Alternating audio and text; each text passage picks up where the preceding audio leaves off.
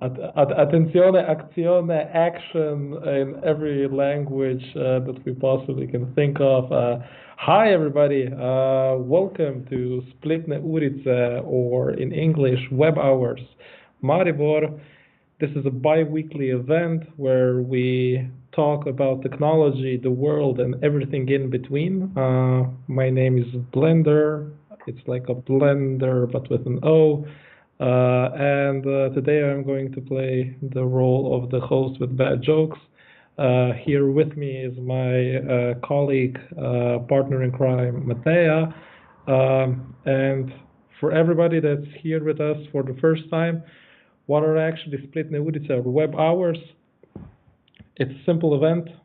We get interesting people to talk about technology, the world, everything in between. We usually do this live in person, but we thought that maybe it would be a good idea to try and host them online as well. Today we have a special guest with us, man of many talents, but to keep it short and maybe to give a chance for somebody else to speak. Matea, would you do the honors and present our next guest? Yeah, but before we do that, I owe you something, guys. So I'm, as Blender said, I'm co-host, and I usually start with some interesting facts about the day that Spletne urice are on. So today is a very, very special day, and please bear with me, because today you are entitled to be in our circle of friendship called video buffering. So this is a joke by Blender. I'm just delivering it. Okay, so what's special about today? It's, as you probably read on every social media there is out there, today is a day, or today's date is a palindrome, and it's a Tuesday, so it's a Tuesday with all the twos, and it's also an ambigram. So if you still have that ancient devices called calculators, you know, you can type in the date and then you can turn it around and you can read it in the same way as you would if it would be turned the right way. So you can try this. No, kids, don't try this at home because you don't have a calculator. So today on 137th Spletne urice, which is a lot, we have one special guest. We have Natan Nikolič, who was a guest on Spletne urice before. So please dig into archives and check out what he was doing years ago, because today he's gonna present what he's doing today. He's a very, very good and professional person, London-based, okay? He's doing a lot of consulting for startups and design and everything that falls into founding a startup scene. He founded Tableron and also About Blank Studio. So I would say he knows what he's talking about. And when we had this discussion, what to talk about on Spletne urice, what to present, he pointed out that when he was doing research and consulting, he learned a lot of lessons. And because he cares about community, he would like to share. Sharing is caring. Remember that when we contact you to be the next speaker. Okay, so today we'll hear everything you don't learn in the textbooks, everything that you cannot read on Wikipedia or Stack Overflow, because it's not all about the tech, even though you're a tech startup, but it's also about everything else that no one will tell you, or maybe they will after you buy them lunch and a lot of drinks. But today, Natan will present this for free. So without further ado, Natan, the floor is yours. Oh, fantastic. Thanks a lot, Natan. That was a very great and humbling intro. Cool. So let's do this. Before I begin, I'll say there's humongous amount of ground to cover. There'll be a lot of freestyling because I haven't had a chance enough time to kind of do nice, nifty slides for everything. But luckily, there's Blender and Matea who will also steer this conversation and help me kind of make this a little bit more interactive and fun rather than just having a very long university wannabe lecture. So the title of the talk is Zero-Day Design. Before we begin, another thing. So I will share this bunch of resources and links, and this is kind of, let's say, an MVP version of this content. So everybody listening in, whoever is interested, follow me on Twitter, and I will give you an early access to both the presentation as well as a whole bunch of links that will be kind of some presented in the presentation in the deck. Others will kind of organically browse and during the conversation. If you'd like to get access to that, is my Twitter handle. Okay, cool. So what is this zero-day design? So there's Jeff Bezos, kind of famous 2016 letter to shareholders, where he talks about day one and day two as a phases of the company, where day two is stagnation, kind of companies reaching their plateau and becoming boring and obsolete. And his philosophy is that companies should always stay in day one, which is kind of this startup, agile, innovative mode.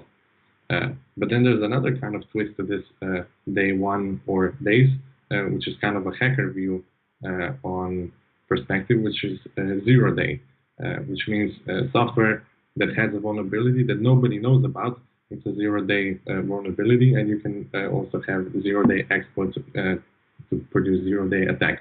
And so in this case, kind of in white hacking culture, this is a 0 day design. Let's say exploits and methodologies and knowledge that can be used that's kind of not in general availability circulation.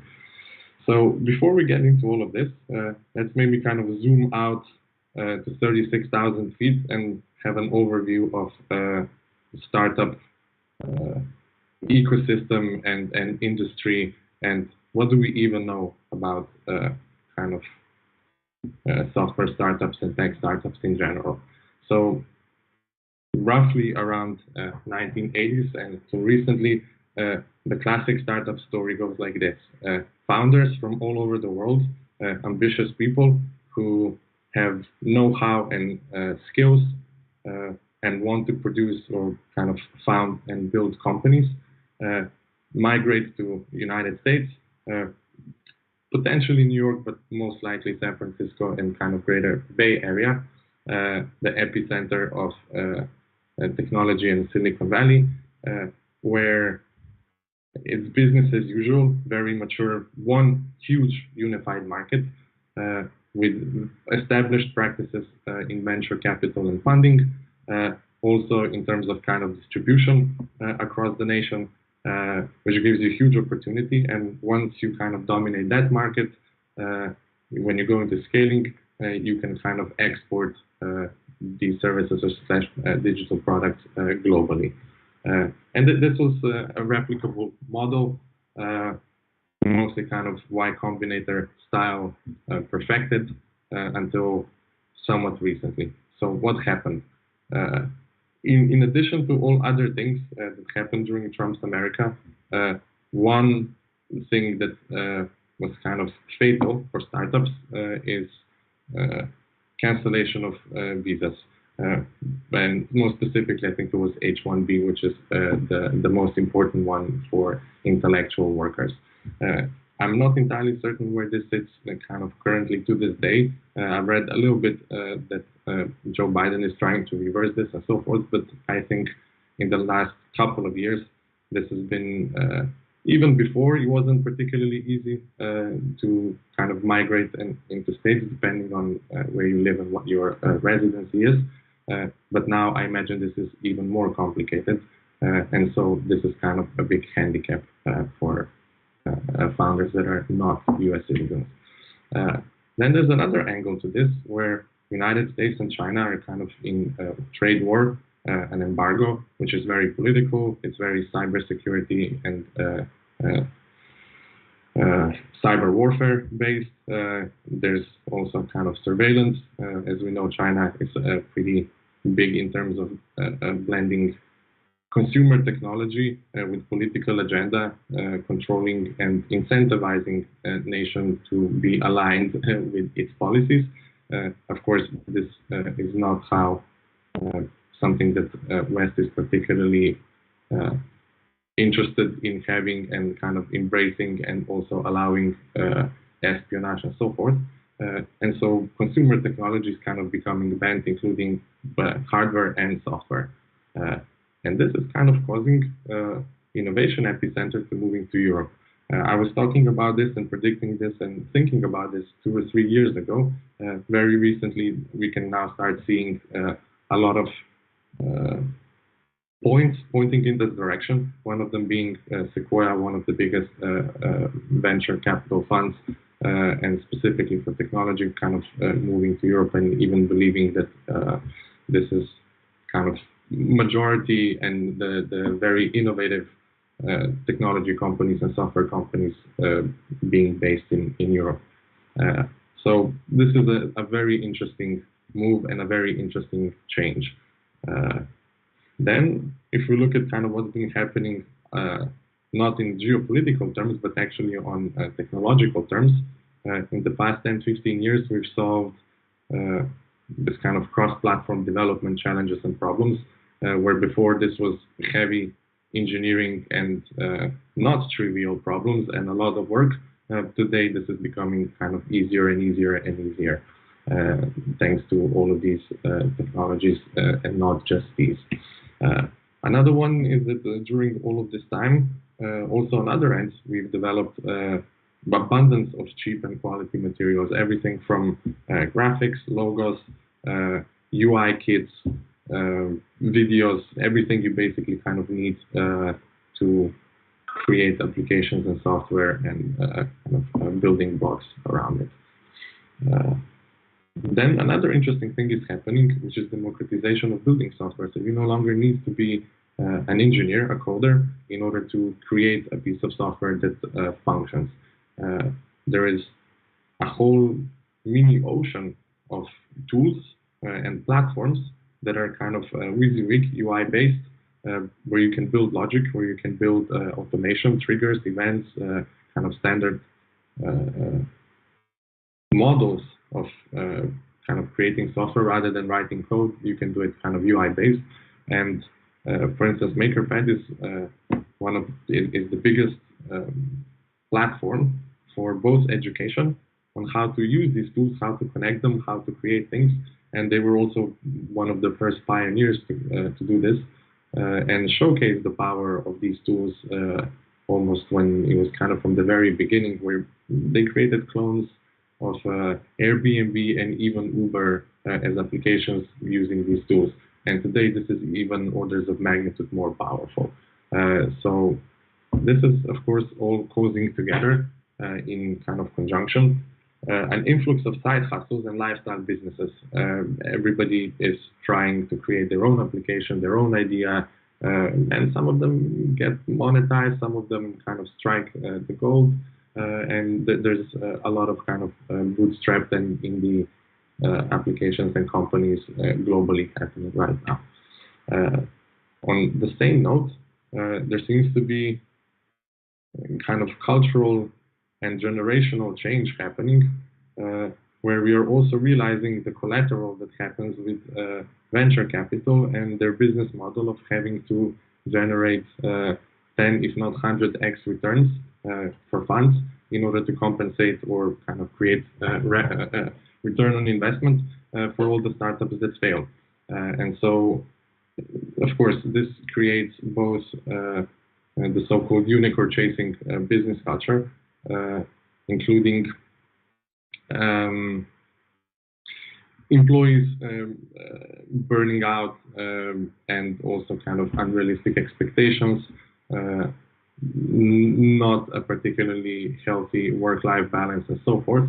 And there's also social and corporate responsibility angles to this, where there's a great portion of people working in tech kind of thinking about alternative models, one of them kind of being the so-called zebra companies as an antidote to unicorns.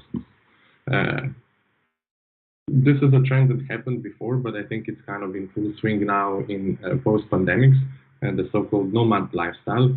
And this is a website which basically lists all of the or it's a great database of cities with kind of parameters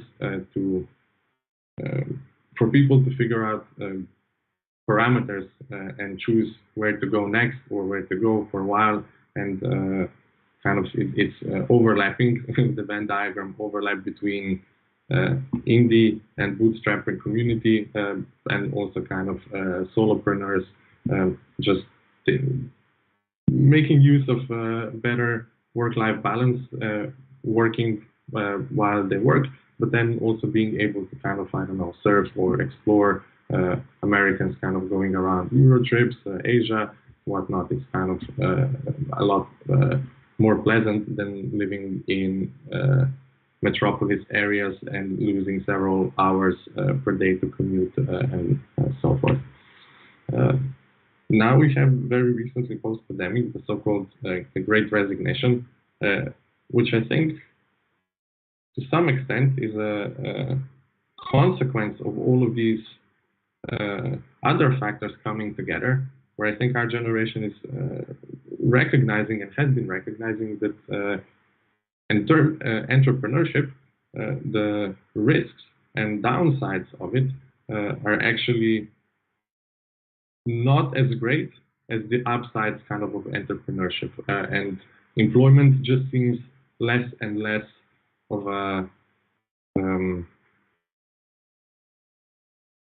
not perhaps sustainable, but the right decision for us to do in terms of financial security, or potentially kind of being able to own properties, financial freedom, and so forth. There seems to be this kind of big move into quitting jobs and trying yourself in entrepreneurship, or potentially kind of passive incomes and kind of cheaper lifestyle in cheaper areas and so forth. Then there's also the school of bootstrapping, which is also goes back to 10-15 years. It's kind of going mainstream. Again, nicely correlating to all of the rest of the trends that we've seen before. And at the same time, we're now seeing also new technological and organizational paradigms. Everything from kind of DAOs, which are very futuristic, not entirely figured out yet, but at the same time kind of springing like mushrooms.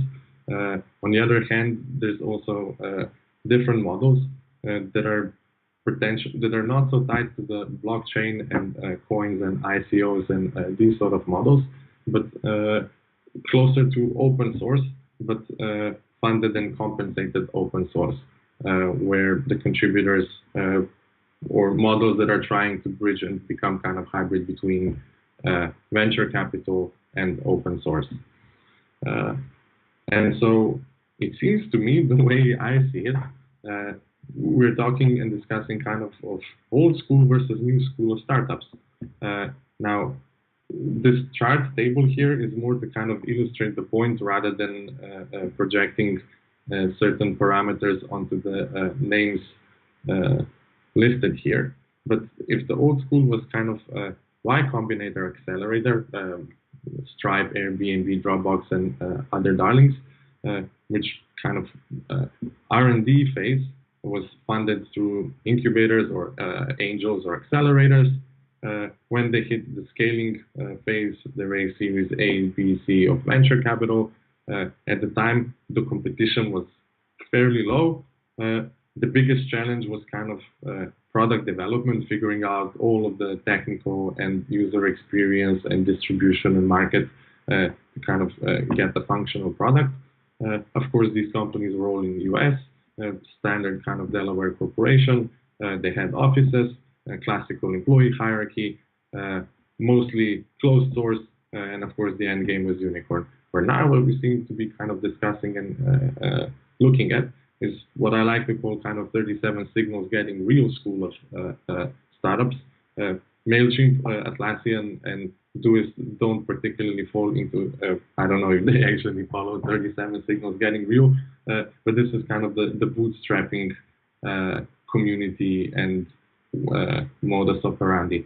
So generally research and development seems to be funded either through consulting. For instance, 37 Signals started as a consulting company, as an agency, or people doing kind of side hustles, reinvesting their money, or through grants, different options, but basically extending their freedom and independence for as far as possible, and also kind of lowering their operating costs and so forth. And then if they hit the scaling, sometimes they will, of course, make use of venture capital, but currently there are also many new funding kind of options, alternative fundings, everything from kind of revenue shared investments to also kind of growth funding, where you receive funds specifically to invest just in kind of growth and marketing. Currently, the competition is super high because of the hyper production of products. I found the website 2 years ago, and unfortunately, it's offline today. I wasn't able. I think the author had to kill it, but it was a really good one and useful because it was logging stats of product hunt launches. And at the time, I did some math, and I think it was this was 2020. Around 25 product launches per day on Product Hunt. To me, this is pretty impressive. And come to think of it, how many competitors, in particular kind of niche, can get in single year, it's pretty crazy. So the biggest challenge then becomes marketing, kind of being able to stick your head out from this huge crowd and get a voice, become noticed, all of that stuff, rather than kind of building the product. And then, as we've seen, these companies are potentially going to be more and more based in Europe. And based on my personal experience and research,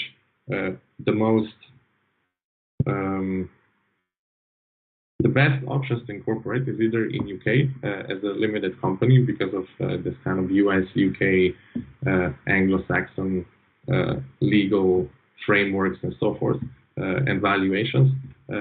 Not sure how it works in European Union. I've actually tried the Estonian e-residency. For me particularly didn't work out, but perhaps we can talk later about that. But it still proves as a viable option. And I've even found, I think a bunch of US investors came together to try to figure out this bizarre European market and legislation and how it actually works.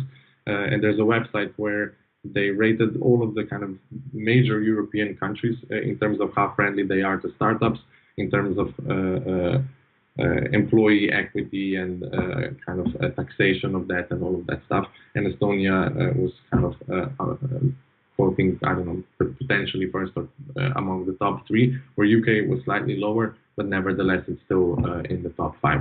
And so we're talking also looking at now more and more distributed companies, not just remote, but fully distributed, people all over the world, working kind of predominantly from home, less and less meetings, where there also seems to be kind of trend towards company ownership and executives kind of being permanent. The rest of the staff is pretty in flux, potentially almost kind of open source contributors, but with these new models where contributors can be compensated either in cash or part cash, part equity, or equity only. And there seems to be more and more awareness about the importance of open source and transparency regarding these black boxes and kind of privacy and also social good. So this is the difference in that. Now, funny to me is you have Paul Graham and Peter Thiel, two kind of eminences of startup culture, both talking about what's the biggest problem and killer of startups.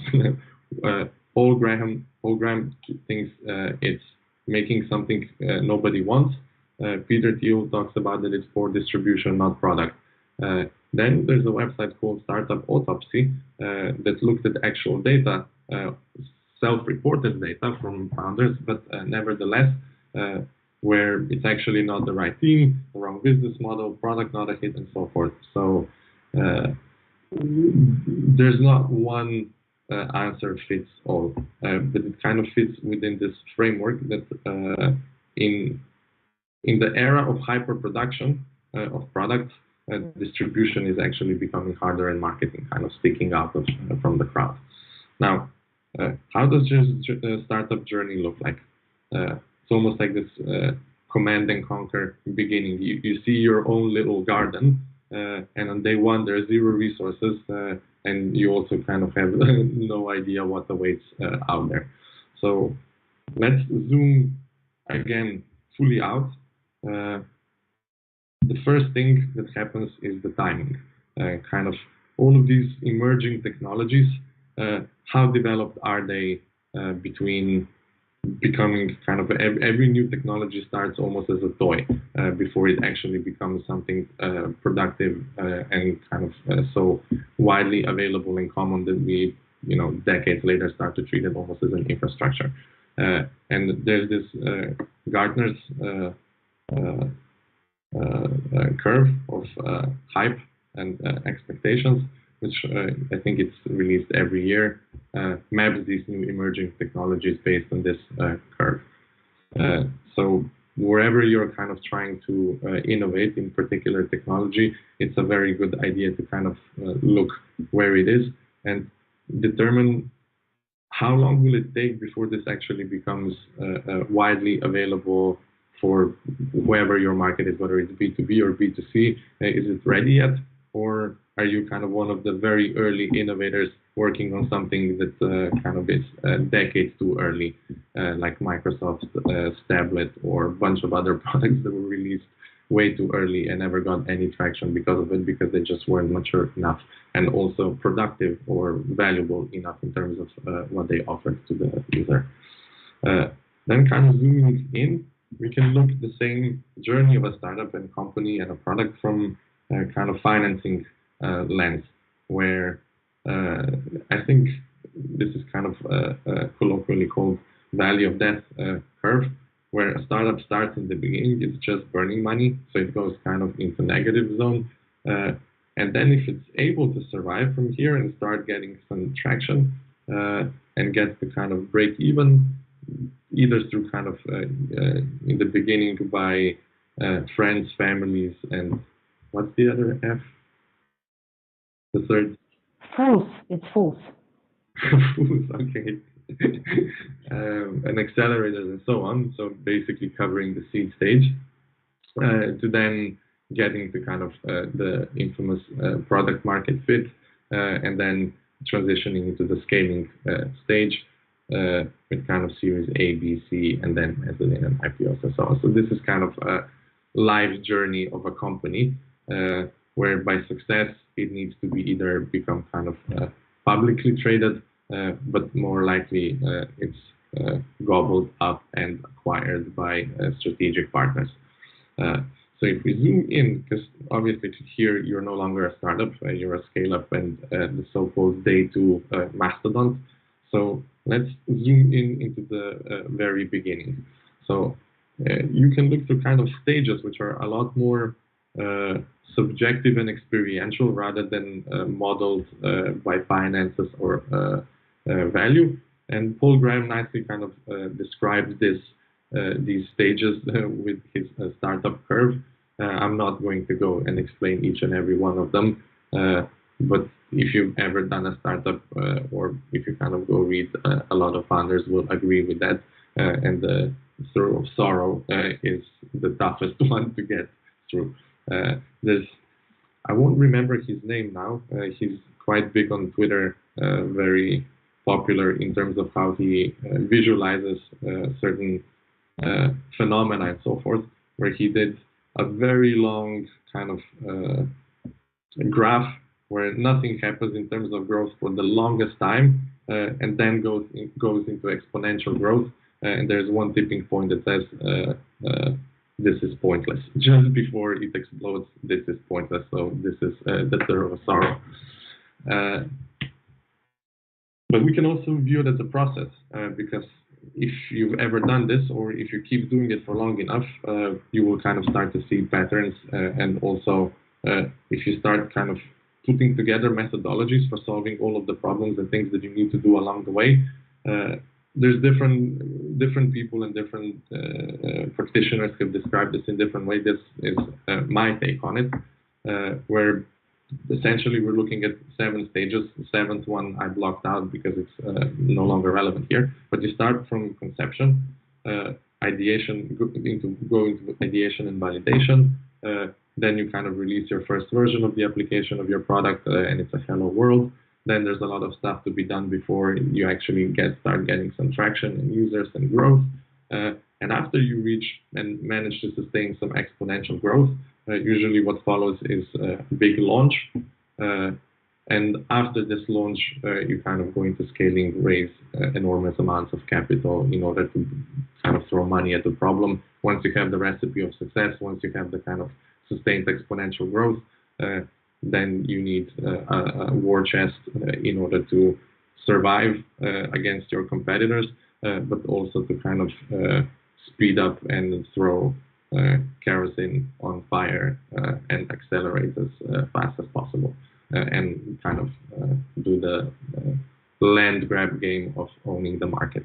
Now, we'll move into each one of these phases, or at least the first 4, and I will, let's see the time, okay. I will speed and rush through it because I've been talking quite a lot and we're running out of time slowly. Natan, maybe if I may, so anyone watching, please feel free to comment, to post comments in YouTube or Facebook. We will read them and ask them, I mean, Natan will try to answer them. Natan, there's no hurry. Take your time, whatever you need. We can stay here. It's fine. Well, no, it's very interesting to listen to your, let's say, war stories from things that you research. So it's not boring at all. So please. Thanks. We'll go through these stages.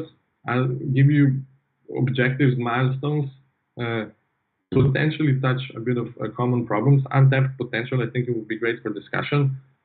And I will throw kind of best of and most interesting methodologies and resources here, so I don't bore the majority of people with kind of standard stuff. But later I will kind of zoom out. I will show you the spreadsheet, and we can kind of dive into any random area. So the way I see this is happening on every stage essentially, but each stage you have less resources, and also you understand the problem less. So basically you're doing the same thing but with ever greater sophistication, which is managing risk, trying to kind of speed the progress, and also for everything that you do, you're trying to kind of maximize the value that you're delivering, right? And I'll skip kind of the rest of the stuff. I manage the Gartner Hype Cycle for emerging technologies. There's some kind of research and development and go-to-market in each phase, and this is a design sprint where we'll kind of observe a little bit later. So first stage, conception, kind of theme. Basically, you're trying to figure out in this stage, is this idea worth kind of time and effort to pursue? Kind of this opportunity cost. If you go and chase this idea, potentially quit your job, invest a lot of money, you want to be sure that this is worth it, or potentially better invest yourself into something else. So what are the objectives? You're trying to map the problem solution space. You're trying to kind of articulate the product idea, validate the problem, and recruit partners. Milestones is kind of the right vision and the right people to execute on that vision. And you want to validate that this can potentially be a business idea, not just a toy or and so forth. So in this stage, you want to kind of find your users and customers online. You want to understand them. You try to existing solutions, whatever they are. Maybe they're not even software at this point. Maybe they're completely manual or whatever. But you're trying to understand this problem that people have. You're trying to understand how big it is. You're trying to understand how good is the solution, the current solutions, one or many other. What's wrong with it? How would people prefer it to be? Kind of try to educate yourself and understand this as deep as possible. Also, if you don't have this problem yourself, and if you're kind of not intimately familiar with it, then you also have this issue of not being able to empathize. So you need to do some UX research and understand who these people are, how they think, and so forth. You can also go kind of into hypothesis and failure points, and especially failure points are very important because you can constantly be an optimist and believe in everything, but it pays off to actually kind of, if you have an idea for a product and for a business and so forth, to actually ask yourself, okay, what am I doing wrong? What am I missing? Because odds are against you. It's more likely that this will not succeed, and so you should kind of ask and pinpoint those points of failure and kind of go and test them. Another big thing here. So currently, the old school startups and investors have preferred multiple founders because there's strength in complementary skills and so forth. I think currently it's much more likely that you will find the so-called solopreneurs, and I think even investors are kind of warming up to the idea, and it's not unusual, but nevertheless, kind of finding a co-founder is a very good idea, at least one, and you want this person to kind of be very compatible with you, either two kind of T-shaped individuals that have very strong core expertise, plus understanding in breadth, so that they can kind of quickly learn new skills and attack any problem thrown their way. Or the kind of alternative is three co-founders, where they can be kind of less wide and a lot more specialist, where one takes of engineering and technology,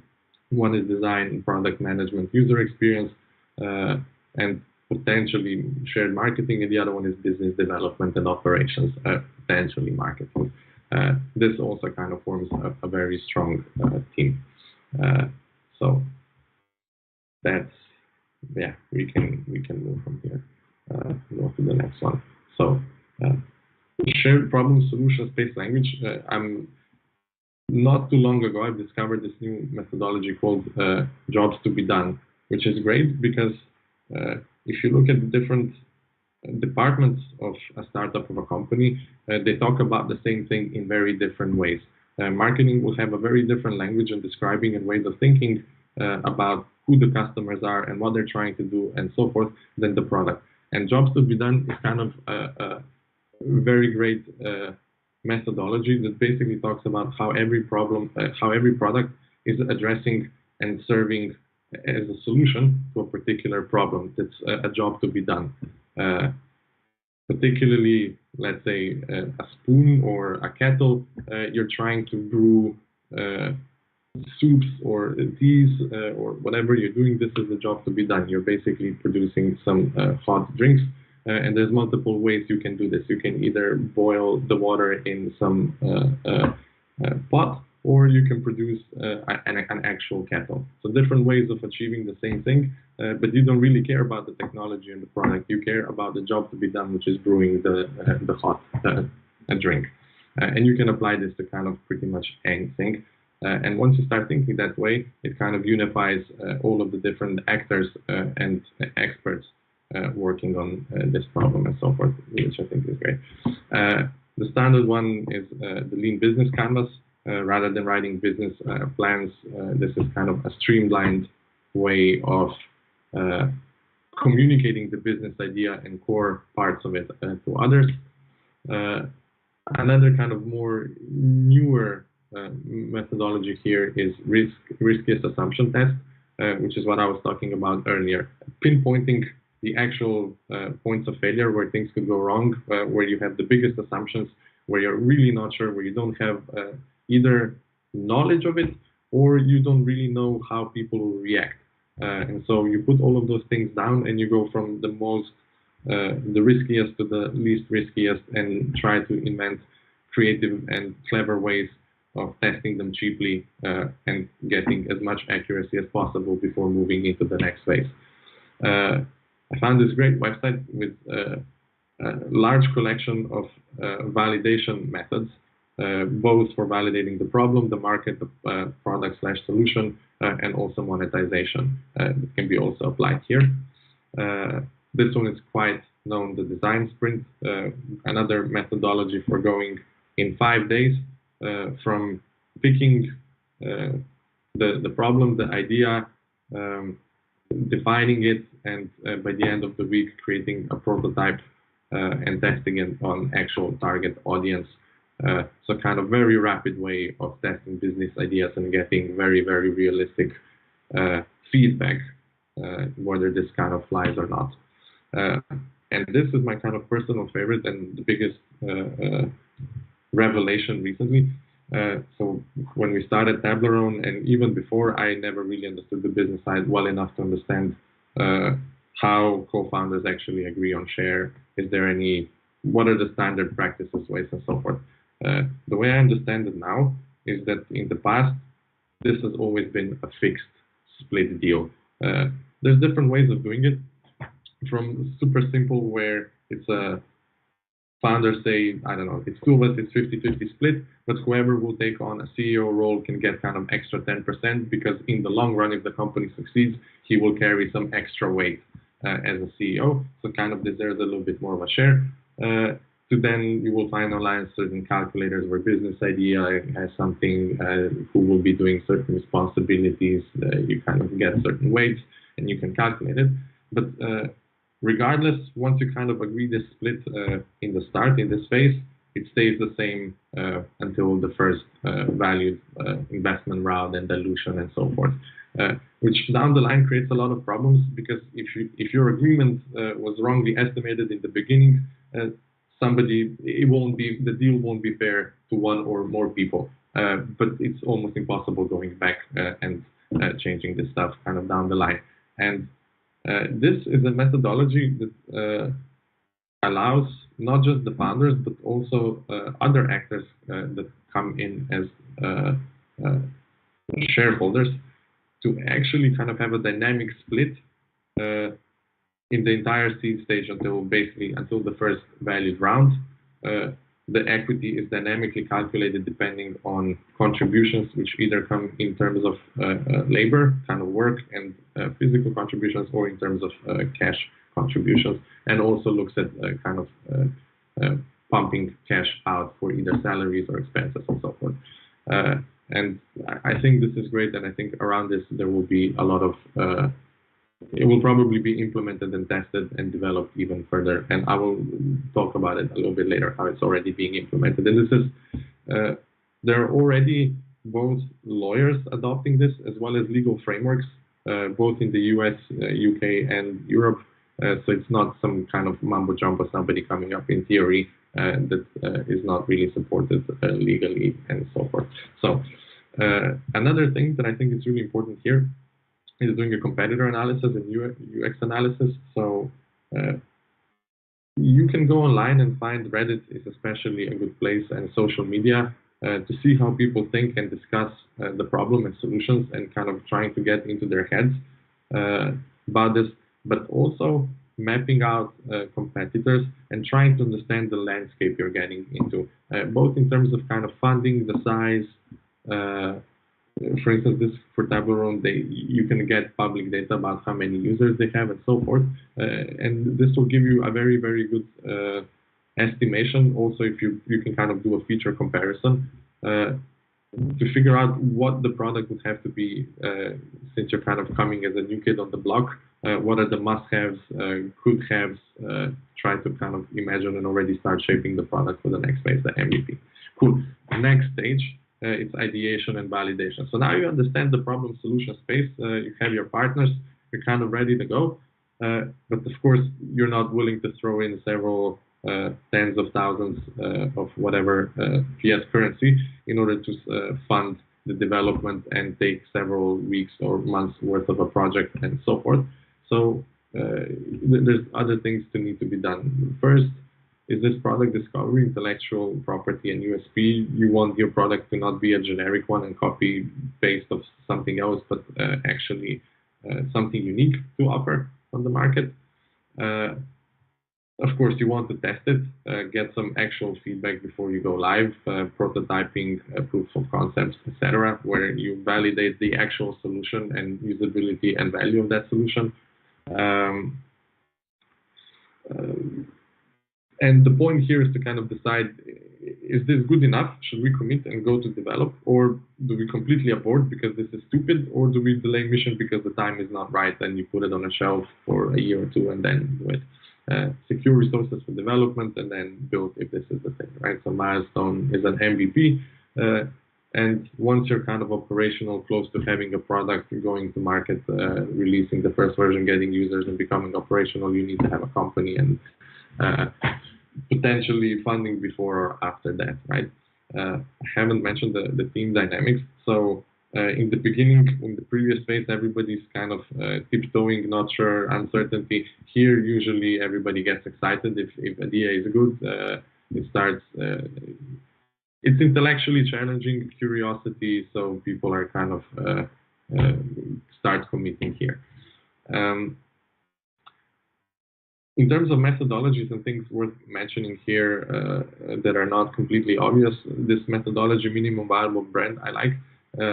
This one is Miro board made by D-Labs. This kind of, you will find articles and whatnot around it as well. But the general point is, instead of developing this huge company brand with you know, everything from colors to logo to tone and these big corporate visual identity projects that are also super expensive, you're kind of trimming down as much as possible to create just the minimum amount that you actually need to go to market and to create kind of a early version, the seed of a brand, where you can kind of go live with this from the beginning and then expand as you grow. There's also new kind of investing instruments that I found. So Seed Legals is one of them. I think US version of this is called KISS. The British version from Seed Legals is Seed Fast and Seed Note. Please don't ask me exactly how this differs from previous instruments such as convertible notes and safe, and because this is not my expertise, but what I managed to understand is that you can, it speeds up the entire process, both with the investors, and they're also more easily able to kind of allocate money, kind of give it in tranches and so forth. There's also kind of, from Slicing Pie, which I mentioned earlier, it's kind of a branded version, but there's also this company called Vested, which work with the author from Slicing Pie, and they created their own house brew version of it called Agile Partnership, where the whole point is essentially that you can not just do time-based vesting of equity and stock options, but also make them kind of contribution-based and milestone-based and so forth, kind of performance-based. I'm still looking into this and trying to kind of become more educated around all of this stuff, but I think these are very innovative ways that will kind of change how startups work and also make this equity-based compensation a lot more democratized than it has been so far. I've also found both for US and UK and EU options and companies and vendors that offer you fully remote incorporation, and often it's paired with administration such as accounting and certain other services such as what are they called? Concierge or virtual office, where you basically get a business address in some central location, so you don't have to have your company registered at your house or so forth, which is also great. Not entirely certain what the restrictions and limitations are depending on your jurisdiction and domicile and so forth, but it can be done, and there's plenty of options these days. Cool. Third one, now you've built your MVP, you have your version 1, you're going live. Now this becomes a reality check, and regardless of how good you think you are, or how smart you think you are, or how well you think you've done your homework in the previous 2 phases, you will learn that you've been wrong about a lot of things, and that people are not as predictable, and that there's different types of people and so forth. And so you're just barely started. And essentially, you want to go in and look and go deeper into understanding what's happening between the product and the users and how they're using it and how it can be improved and so forth. So I will not read these bullets, but what you're trying to do here is, sorry, just a second. Before you even fully go live, you want to do a beta release, kind of friends and acquaintances. This is the easiest to kind of do.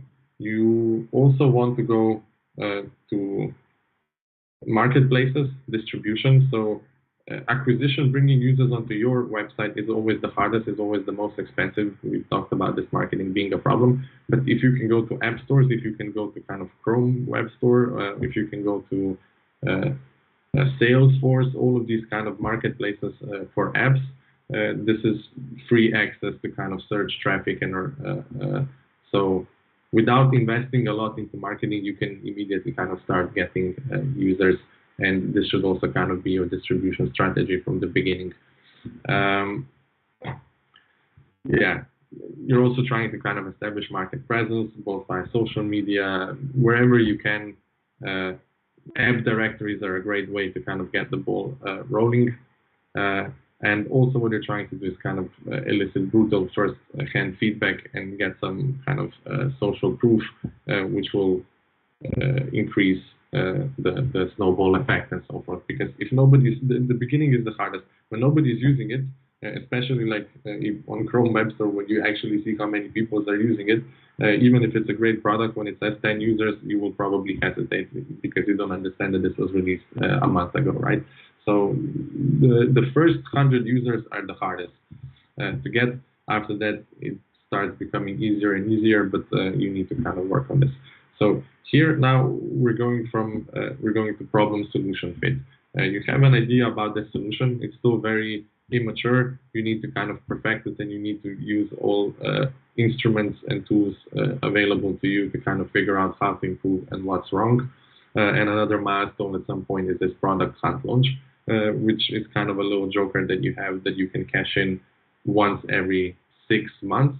So the question becomes, do you do it straight away and release something that you know it's embarrassingly shitty, but it still gives you a little bit of users, or do you just wait and do it afterwards and don't burn this option? And team dynamics in this stage kind of is my favorite. Here people know each other, so get to know each other really well, how they think. They also kind of work on these best problems, which is building and doing stuff. And this is kind of a period of very deep collaboration and camaraderie, which is great. Everybody kind of gets excited here, at least from the beginning, despite everything. So one of the problems that kind of I ran into is, again, you're back to legal and all of the heavy expenses, which as a startup you, of course, can't afford unless you're funded or rich. Where do you get terms of service, privacy, policy, cookie notifications, all of this stuff? You can try and steal it from and get some templates and whatnot, but you still need to spend a lot of time and both reading, understanding, writing, and at the end of the day, you don't even know if you kind of do it yourself, whether it's even compliant. And so the other option is, of course, paying thousands of monetary fiat currency value to lawyers, or you can pay, I don't know, less than $10 for this SaaS service, which basically generates it for you. You tell it with service additional third-party services and vendors you're using, and it will generate these documents for you. And it's a really, it's not a terrific product per se, but what it does is really, really useful and good.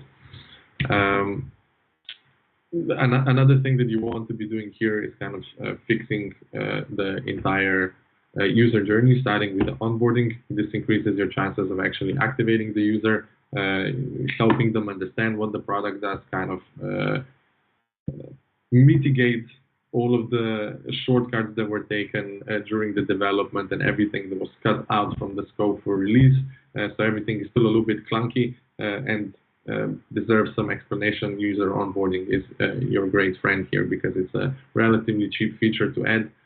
Majority of people will skip it anyways, but it will work for some. Another thing is also documentation and support. Give people tools and information so that they can solve the problems for themselves. And great part about this is that it's scalable. You write it once, and then you can direct anybody many times to the same document that you invested writing, rather than constantly writing same emails. That said, you do want to open up a direct channel to users and talk to as many as possible and elicit, because here lies all of the juice of actually understanding what's going on and hearing from your actual users and customers both what's good as well as what's bad, and also getting inside their head of how they think about things and so forth. A lot of builders, developers, even designers don't like that, and they like creating and producing and releasing, but not dealing with the customer, especially if it's a B2B environment. But this is key, and usually the biggest differentiator between successful and unsuccessful companies. It's a gold mine, and even marketers will a lot of times say whatever the customers say, what comes from their mouth, the way they frame it, the way they phrase it, is just a gold mine for copy, for positioning, for actually explaining the product to the rest of them. So here is what you want to kind of establish these channels, and founders from the beginning should be engaging with this directly. Later down the line, sure, you can hire people to kind of deal with customer success and support and everything. From the beginning, this is crucial. Okay, next phase. Now you're kind of understanding, you fixed the biggest churn leaks, kind of holes in the hole. So whatever is coming in terms of acquisition, you're now retaining more and more, right? So this is kind of another thing. Fix retention before you start amping the acquisition, because especially if you're paying for acquisition, you're throwing money away because of everything. Kind of people uninstall, cancel their subscriptions, whatever. So you want to fix retention and work on that and invest into that from early on. It's frustrating because you're kind of slowly dripping new users in, but it's totally worth it, because everything you'll be doing down the line from here, you'll be retaining more. And so this is where the compounding starts. So here, now you're kind of faced with challenges. You will need to course correct. You will need to kind of accelerate and get velocity and take off. So from the very beginning, if you've done your homework correctly, if you've set these hypotheses and done user experience research, if you understand what the problem is and what you think the solution should be, and what the product should be and why, then you can kind of go in and test all of those biggest assumptions and hypotheses and even plans and strategy. Here you'll need to set up kind of channels, communication and acquisition channels, marketing, all communication and product marketing, instruments such as analytics and kind of connectivity between all of those different parts of the product and marketing and whatnot, and also define your own kind of KPIs for success. They're not the same depending on both the industry. Are you kind of SaaS, are you e-commerce, or are you, I don't know, hardware or whatever? You need to figure out your own KPIs. Sustained development velocity of updates. This also becomes kind of a bit of a problem, because in this phase, this is the part that I was saying earlier. For the longest time, things are happening so slowly and nothing's happening. And unless you've been lucky enough to hit the jackpots from the beginning, or the oil, this can kind of go for a year or two or even longer before you start seeing some results. And it's very easy for teams to kind of lose stamina, kind of get low morale, because people were expecting that success would come sooner. And so here starts lying the real danger, this is pointless image. So it's very important to kind of get a grip on what's happening and actually pinpointing the problems and being optimistic about being able to solve them and seeing some incremental results that are happening. So let me see a few notes here. What's also worth saying. So another interesting thing and important here to say is that you want to be flexible in your thinking and be willing to be wrong. A lot of times, especially, I think, both engineers and designers, I think, can come from a similar thing. Engineers will usually be very opinionated about the architecture and how it should be done and so forth, and not willing to explore and accommodate a different user experience because it will require to change kind of the architecture. And designers are very opinionated, of course, about the user experience because they intimately start associating with the problem and get preferential treatment for a particular solution. But it could be that this is not the right one, and you need to be kind of open-minded about severely changing this and heavily pivoting in order to make this successful, even though it means that kind of the product will take a different shape and even potentially character than originally planned.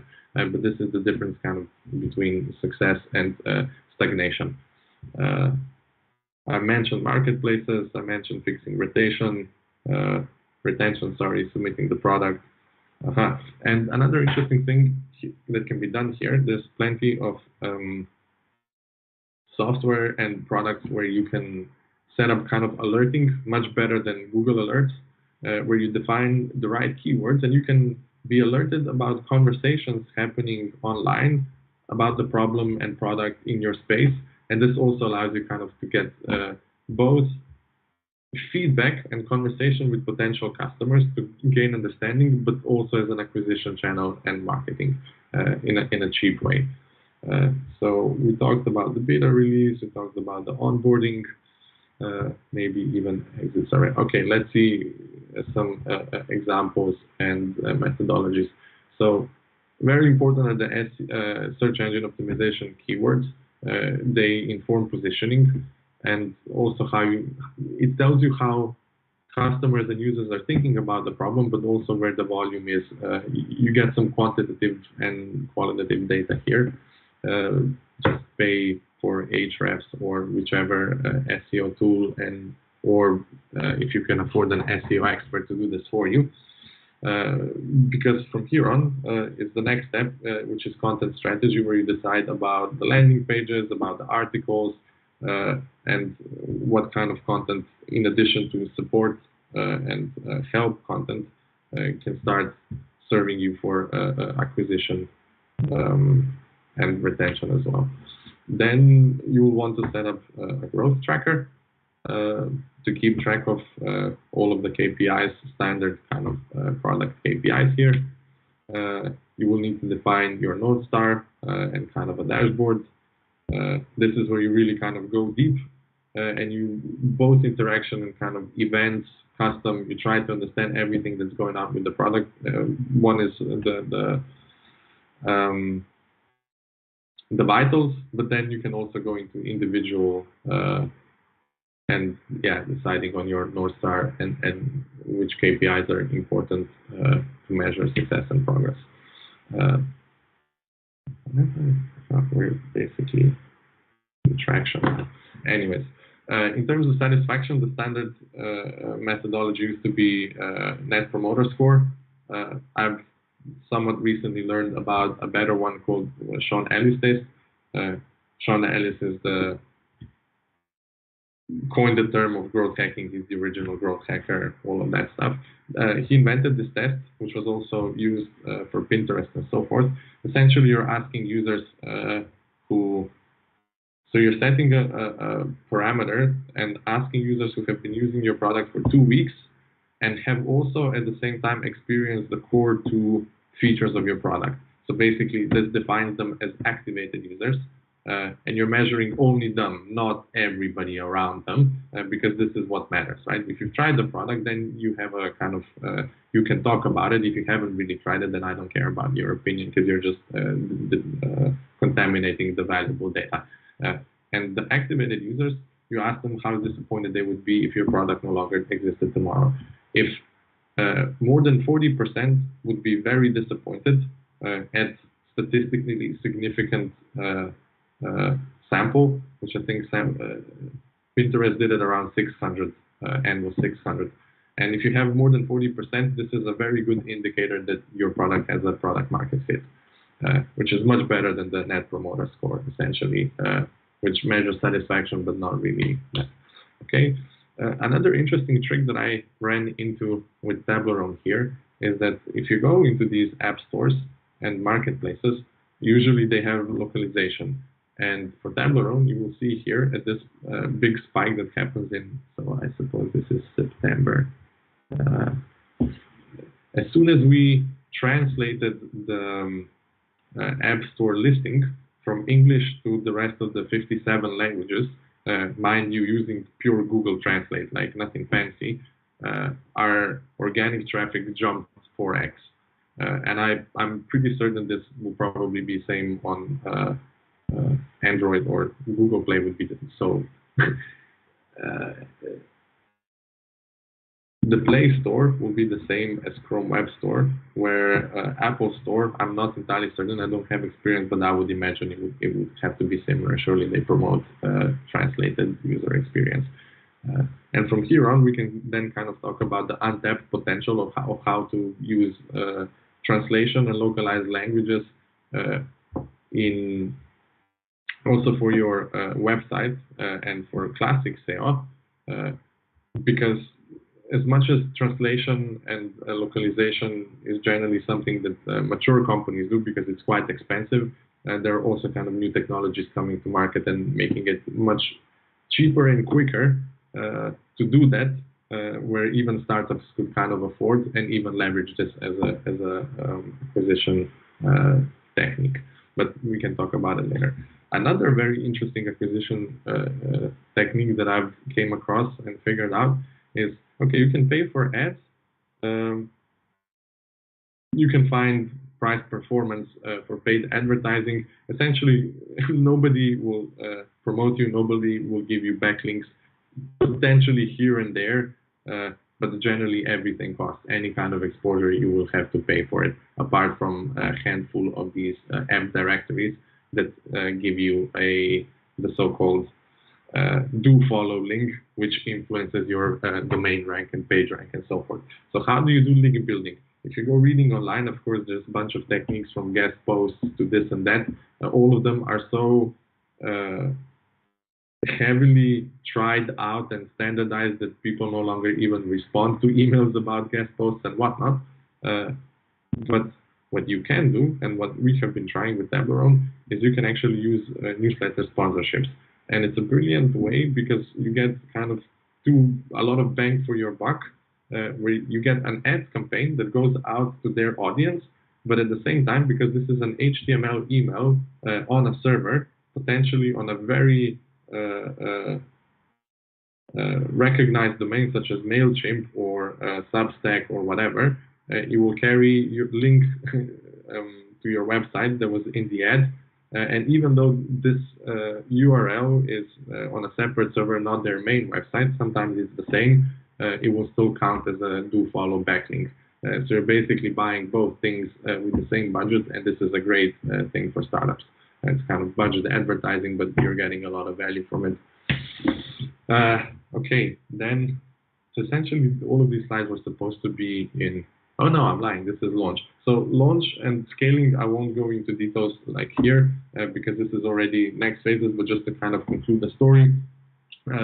Once you've managed to kind of get traction and sustain traction, you will go now into launch. Here comes the Series A, and not just the little product hunt launch, but massive TechCrunch launch, PR. The thing is engineered overnight success. Before, not a lot of people knew about you. Now you're the new kid on the block on all of the tech websites. Everybody's talking about you. Now you need to kind of manufacture hype and media frenzy and become the new household name and push out your rivals and all of that stuff. At the same time, it starts becoming about identifying the best performing customers, about best performing acquisition channels. You need to do some experimentation here and figure out what works best, double down on that, and sustain exponential growth. And if in the previous phase everybody was tired and almost losing their motivation to carry on, once this magical exponential growth happens, this becomes kind of a euphoria and new wave of motivation for the entire company. And from here on, you go into scaling, where it becomes about people and processes and efficiencies, and all of the things that you figured out in the previous phases become recipes that need to be replicated. More bodies need to be thrown on the problem because there's more clients, and everything starts becoming a cookie cutter and copy paste and so forth, which is a completely different MO that takes different types of people, both for managing and executing. So there will be a lot of kind of shifting around in terms of team, but this is the natural order of things. And also kind of from scaling into deeper phases, then becomes kind of also about expansion, finding new customer profiles, not the best ones, but kind of tangential ones, different acquisition channels, different distribution. So all of the kind of alternative options and fragments that you didn't have nor time or resources to go into, you're starting to kind of extract value from them because now you have the resources and time and everything. And yeah, so milestones, this white whale deals, the biggest clients, the best clients, the most valuable clients, Series B and so forth. And team dynamics starts changing into beginning of politics, careerism, burnouts, and etc. So you're entering the so-called day 2. And the next phase is exit. So that's it. Thanks. So with this, we'll exit the presentation and start with the questions. That was amazing. Thank you, Natan. I kind of released the stages through my previous experience of going through startups, and I think that Blender has some recent experience like this, right? Basically, Natan just handed y'all guys not just a playbook, but he just laid out like every single step on how to create a company. And people charge a lot of money, like, you know, consultants and so on. And Natan just gave you this in the last hour or so. I mean, where were you the last 5 years of my life when I tried to figure this out on my own? Like, Natan, why didn't you tell me? It's just a couple of slides, you know, but this is amazing. As I said, in the last 5 years, we've been through, with our team, through the big ups and downs of creating new startups, creating new products, and it's really amazing because you summed up everything in one presentation. It only took me 5 years to get like this whole process done. I'm amazed. Like, bravo! This was just incredible. So I thank you. I thank you for all of this. So. Sure, thanks. I'm glad. But now you can start over, and do it better.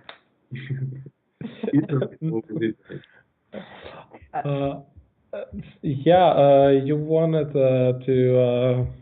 I wanted just to read a couple of comments because we've been getting, a couple of comments, but I just also don't want to break the flow. So as far as I can see, Peter asked on YouTube.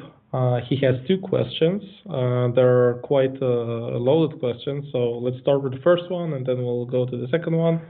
So basically, his first question is, what do you think about the EU startup ecosystem, especially companies taking funding from the national and EU institutional funds instead of perhaps VC money? Europe has this funny thing, because European Union, the European Commission giving all of these grants, all of this money. The VC scene in Europe is a bit different in this aspect from the American VC culture, or perhaps even from the UK. What do you think about all of this? Taking money from the state, yes or no? Is it better in some ways? Or is it a bit different? Why? Should we go for it or not? I'll be honest, I have very, very limited experience regarding this, pretty much none. I can tell you my opinion from what I do know. From what I know, these grants come, so basically there's zero equity and very limited cases in where you would have to return the money, which is almost like fraudulent cases only if you fail. Generally, from what I understand, it's no, but it depends on the grant and scheme. In the end, I would say if you can get free money for no equity, take it. The only issue here becomes how much time and resources you need to spend in order to write that application for the grant. Mostly, this is not an easy thing. From what I've seen, people hire people who have experience and doing that. But yeah, if you were to do it on your own, you probably wouldn't get it. You would miss one or two or more bureaucratic holes and this and that. You just don't know the right language, how to do it, whatnot. So yeah, if you can afford to get help for somebody to actually do that for you and get some free money, sure, why not? As a matter of fact, I have a friend here in UK who works for a company, I think they're called grant.com or co.uk or something. It's a startup that figured out a methodology for getting 80+% of applications that they submit on behalf of their clients manage to get grants. So they turned it into kind of online service. And sure, if this is kind of not a big upfront investment and has such a high level of almost guaranteed success, of course, why not? Maybe if I can just add to this, full disclosure, with one of my previous projects, we actually applied for one of the grants, one of the mentioned grant schemes in Slovenia, and we also got funded. Now, what's the cool thing? I can only speak for Slovenia as such. In Slovenia, there are a couple of programs where actually you can choose if you want to do like a convertible loan or if you want to do like, you know, an investment for equity. So we took the option for the convertible loan. And in case we reached our KPIs, in case we got an investment, this will be then this loan that we got from the local entrepreneurship agency would be then converted into equity. If not, you know, it's basically free money. There are a couple of caveats here and there, but generally speaking, it was a really, really good option for us because that money enabled us to scale a bit better, to actually, you know, fund employees, and it just took like a lot of burden, you know, out of from our shoulders, because you don't have to think how you're going to, I don't know, do something else in order to get the money to pay, you know, people, and in that aspect, it really, really helps us. But as Milton Friedman said, there's no such thing as a free lunch. Even if it looks, it's like no strings attached, you still have to put in the time and the energy into filling out, you know, the grant application, into writing up some reports. So you have to see if this is the way you want to go to. It's a really, really good option, but it will take, you know, some time and you know, all the paperwork and stuff like that. But if you're cool with that, if you can go through that, then it's a really good option. From the Slovenian perspective, it's hard to say for all of the other European countries, but I think that similar schemes, similar grants exist across the EU. So yeah, I mean, every good thing comes with you know, the fine print. So read the fine print carefully. That would be my #1 advice to everybody. Once I heard that if it looks too good to be true, then it's too good to be true. Yeah. Agree that there's no such thing as free money. Even if you think that's free money, it's not. And loan, the word itself, it tells you that you'll have to return something, right? But from my experience, sometimes this is easier accessible money than it is to find a VC who is willing to support you, so you can temporarily kind of go over the gap if you need money. I see it in this way. So did you read the first question on, right? The comments? Yeah, that was the first from Peter. You can take over the second one. Okay. So Peter asks, do you think institutional funding limits growth for companies on a global scale, which might happen easier with VC funding and their network? So you get the money, but do you get all the other goods as well? So the question was whether institutional funding limits companies. Growth of the companies, yes. Growth. I'm not sure. Personally, I would say, I mean, if you're taking financing for your company, this is resources, so it's by definition should help you grow. So perhaps I don't understand the question well enough, but at the same time, I will politely skip this one because it's in the domain of financing and business administration, which is not my expertise, so I don't feel particularly knowledgeable around this. Sorry, Peter.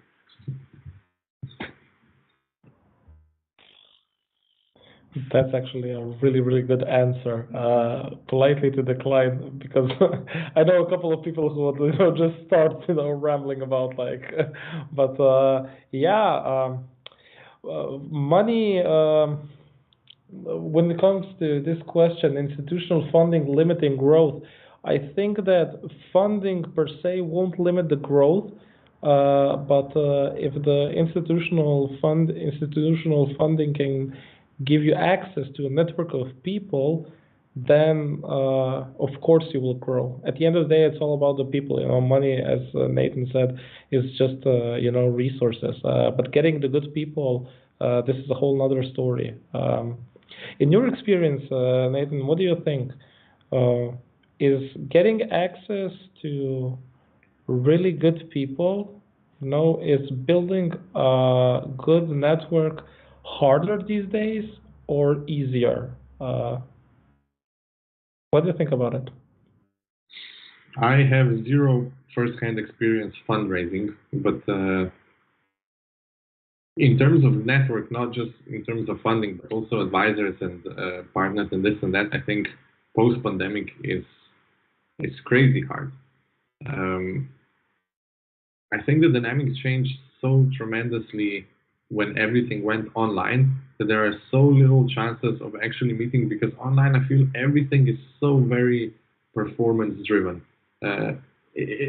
Splits of seconds, just looking at handles on Twitter, URLs, this and that, unless your profile persona is signifying some massive level of success or a decent level of success or what that person is looking for, it's all status games.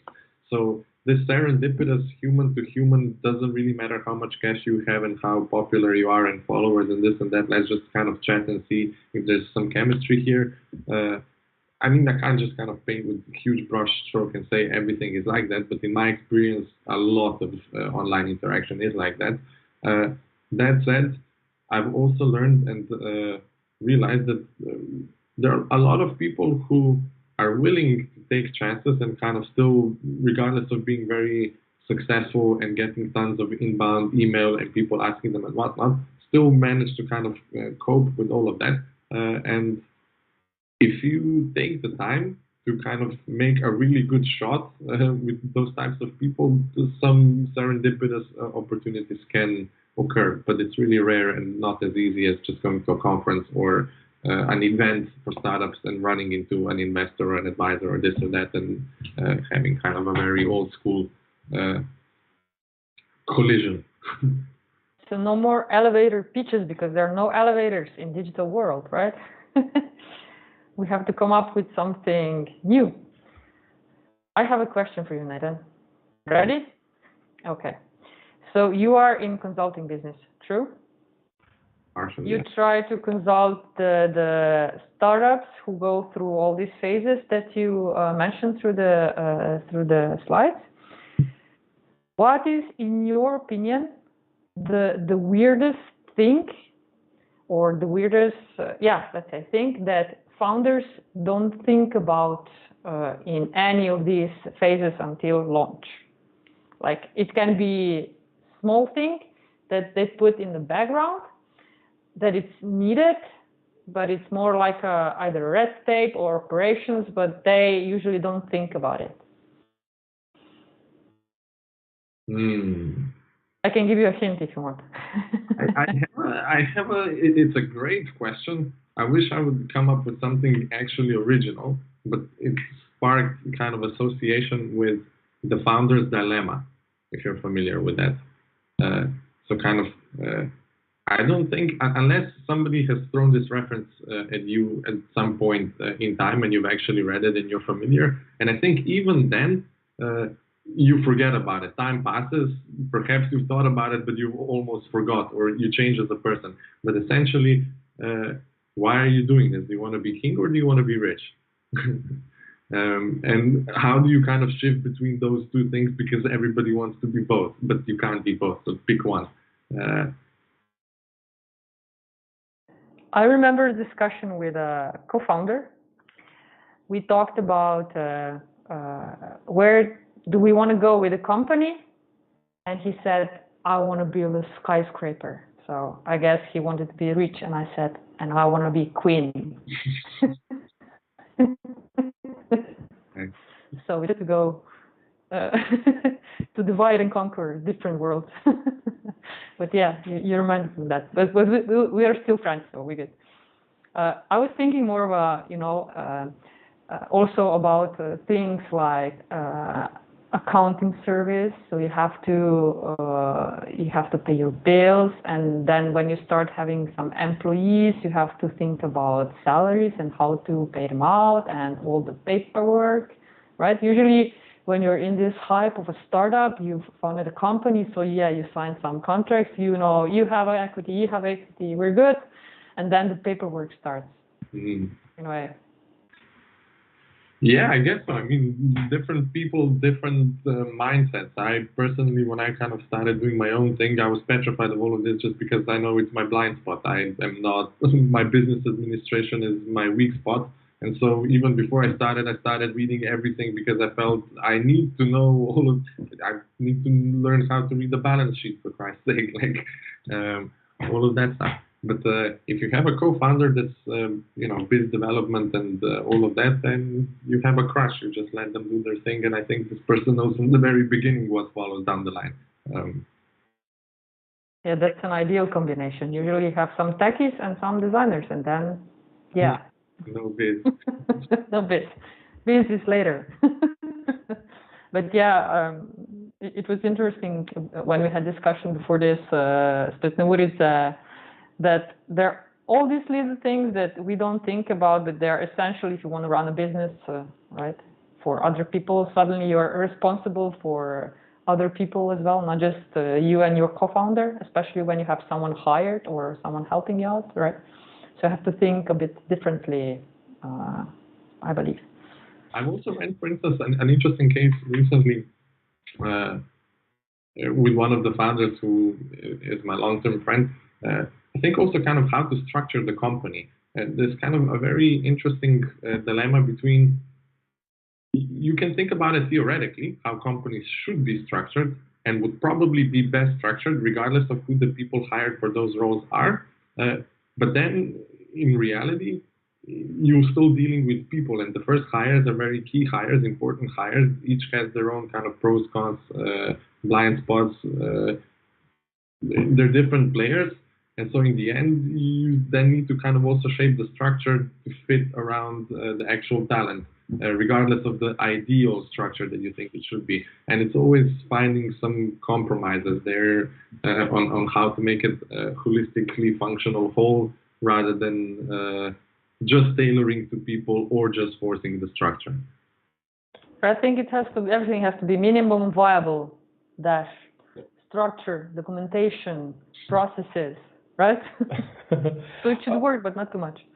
Well, regarding the minimum viable, let's say that I've seen some minimum viable attempts of doing everything, and in those cases I would like super hardcore structured documentation. But yeah, these are specifics.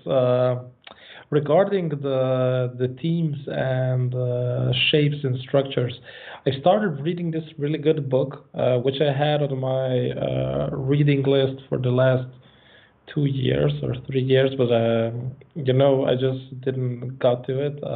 It's called Team Topologies, and it's basically speaking about how to shape form your software development teams, but I think that it's really general in terms how to use it and to shape, other teams as well. And it's really interesting because when we think of topology, we think about, the mathematical science of the shape of things, and we never think about the shape of teams. What's the structure? It's really important. And I think that once you start to build a company, everything is kind of flat. Everybody's generalists. Usually, in the best case scenario, you have like a multiple T-shaped persons. But then later on, as you grow, as you add, new people to the team, you see that things start to grow organically. But sometimes you have to intervene, and you have to, shape things to go in that way in which you want to go. And it's really interesting how it's basically a reflection of how your mind works. The teams actually become like an extension of the founder's mind. So if you have more design-oriented founders, you will see that the design teams, the way they're structured, the design department is basically, there's a lot of similarities to the way how their way of design thinking, goes. If you have like heavily business-oriented founders, you will see that the teams are very much business-oriented, and it's really fascinating to see how actually the structure of the people is an extension of the founder's mind, even if they don't want to say it out loud, but eventually, they come about it. I've been seeing in our example, for example, at Clover, we are heavily design-oriented.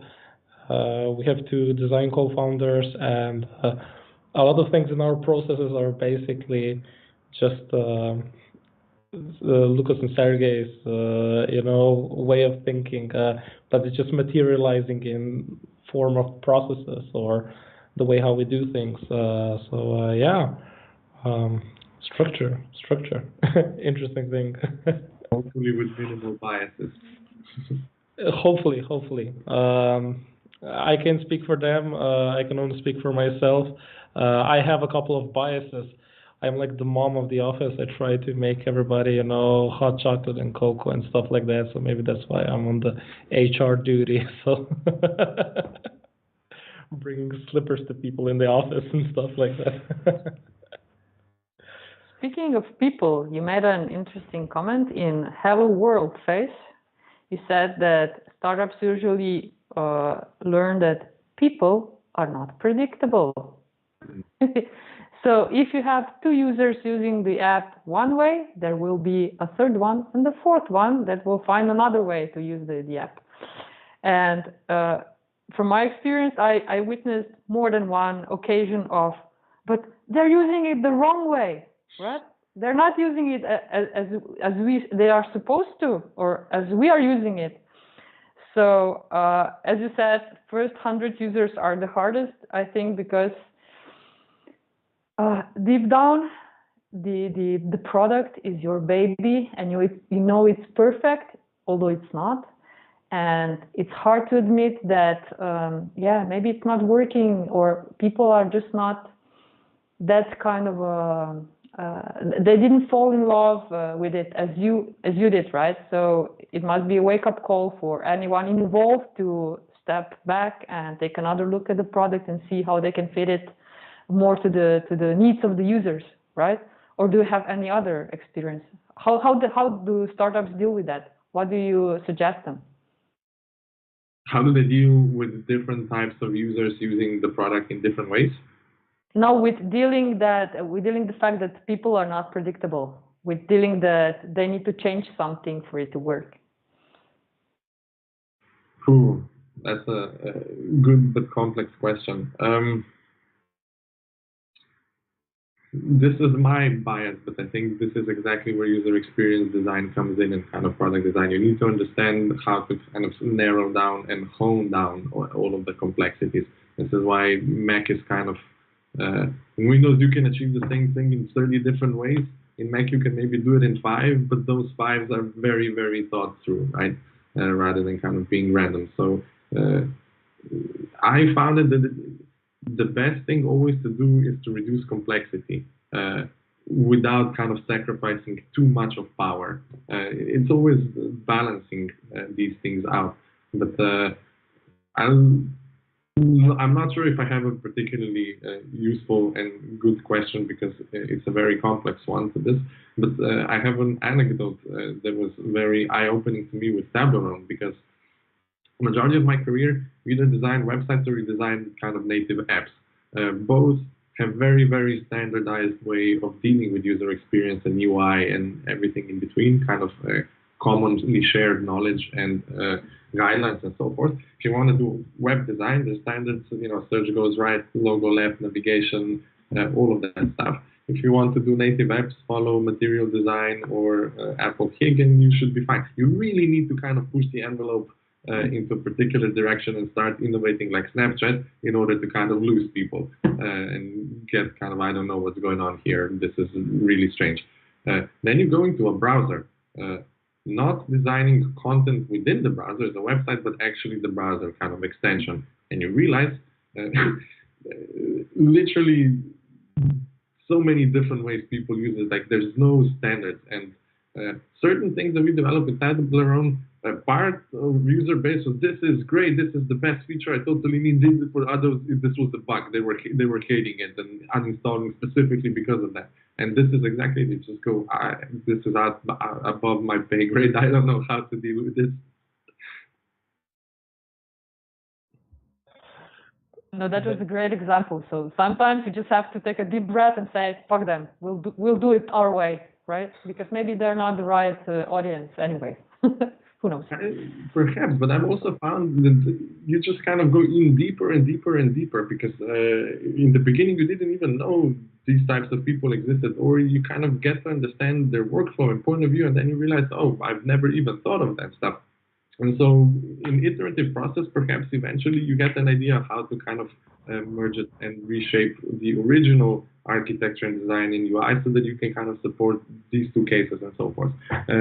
Usually you can do a lot, even with kind of minor things, but I think as a designer, it's a mileage behind you where you start seeing all of these little nooks and crannies and in-between options where you could be doing things. In the beginning, you just see kind of A, B, C, D, right? The biggest possible splits or options how to implement, but you actually realize there's a bunch of little ones in between.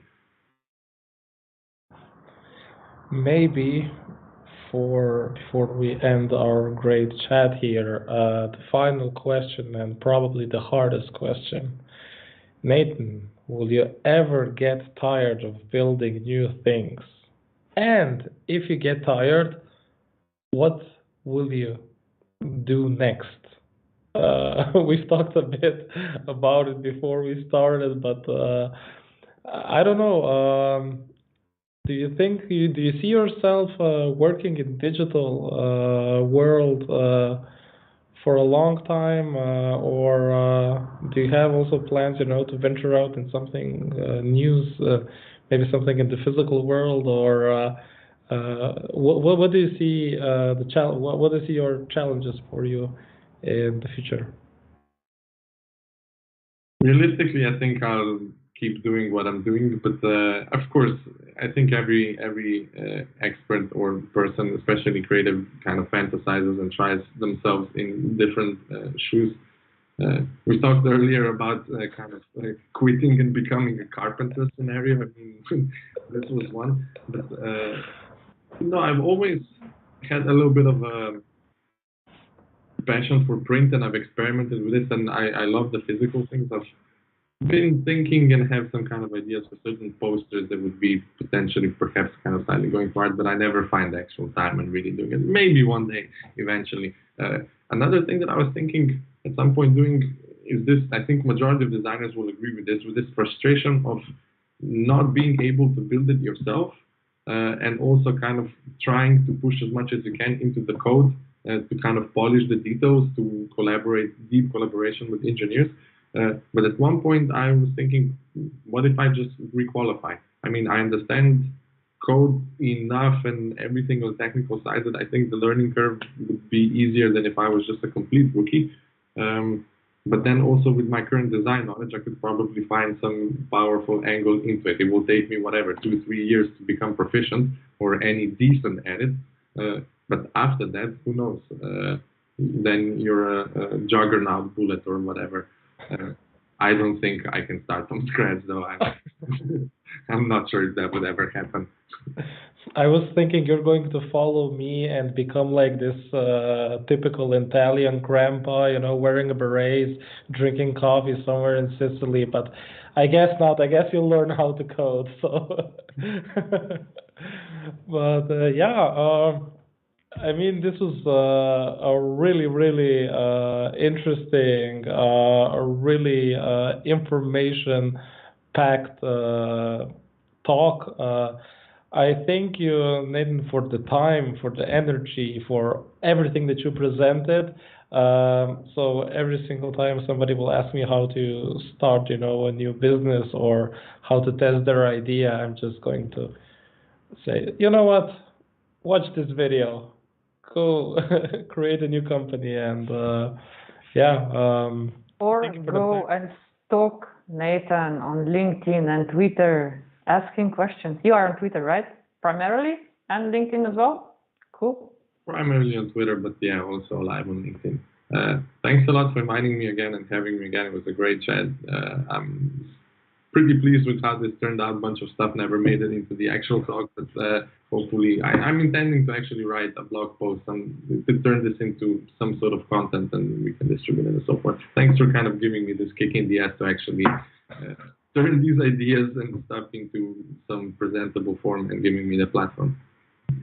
You heard it here, guys. We're getting some content, slides, or blog posts, or maybe a book. I don't know, maybe we'll even get a book deal and he'll publish, like, you know, the whole thing. So yeah, you said you love physical things, so book, printed book? Maybe? There you go.